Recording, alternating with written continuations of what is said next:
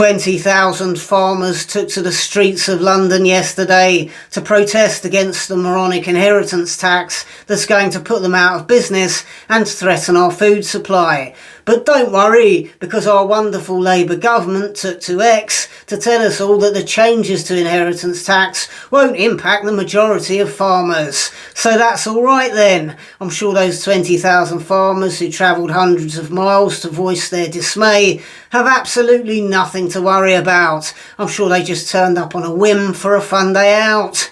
Rachel Reeves says the farmers have to pay up so that we can save the NHS.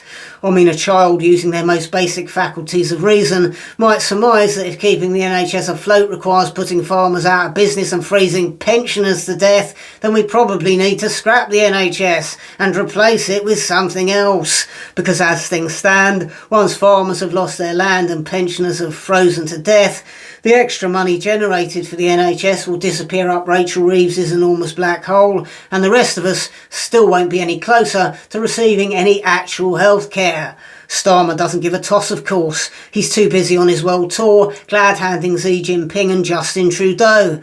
Starmer doesn't need to defend himself. He's got the BBC to do that for him, with shills like Victoria Derbyshire out on the streets peddling the government's agenda, and BBC verified goons spouting endless waffle about why the government are correct to tax us all into poverty and possibly starvation by the look of things. Put the farmers out of business. We need money for Ukraine and net zero. We need to pay non-job civil servants a hyperinflated salary to sit around shuffling papers pretending to look busy.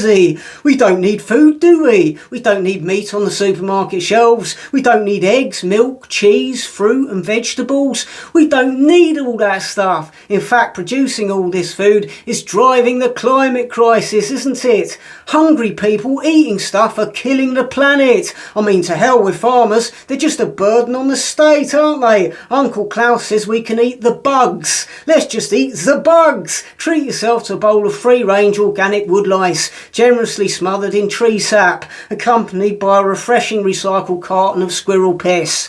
Once the bugs are gone, we can live off thin air and the bitter remnants of our broken dreams. You can't help but wonder whether the mainstream legacy media had a good breakfast before they spent all day yesterday belittling farmers, signalling their woke progressive credentials to the world in a desperate effort to try to keep the work rolling in.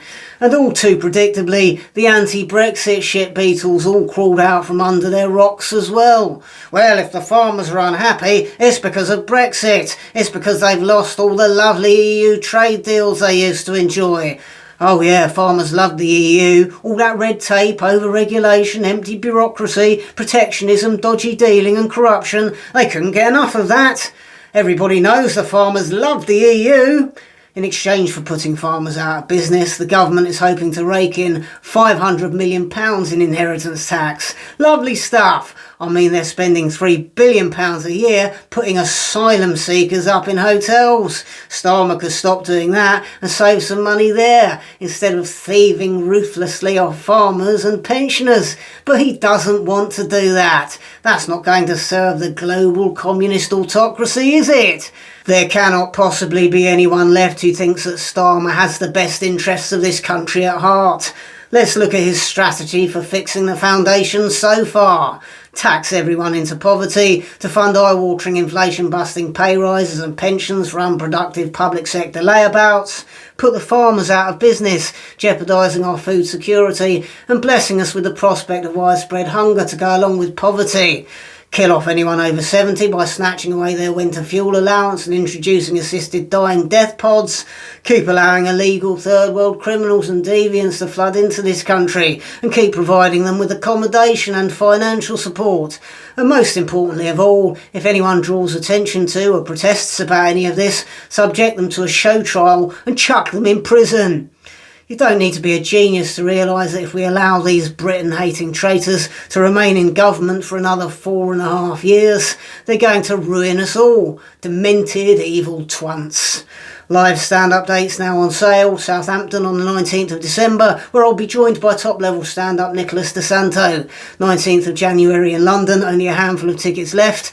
1st of February in Bromley, early bird tickets only £12.50 if you can get in quick. Only 40% of people who watch my YouTube videos are channel subscribers, so please do click that subscribe button, and please do support me on Patreon or PayPal so that I can carry on making these videos. Thanks for watching.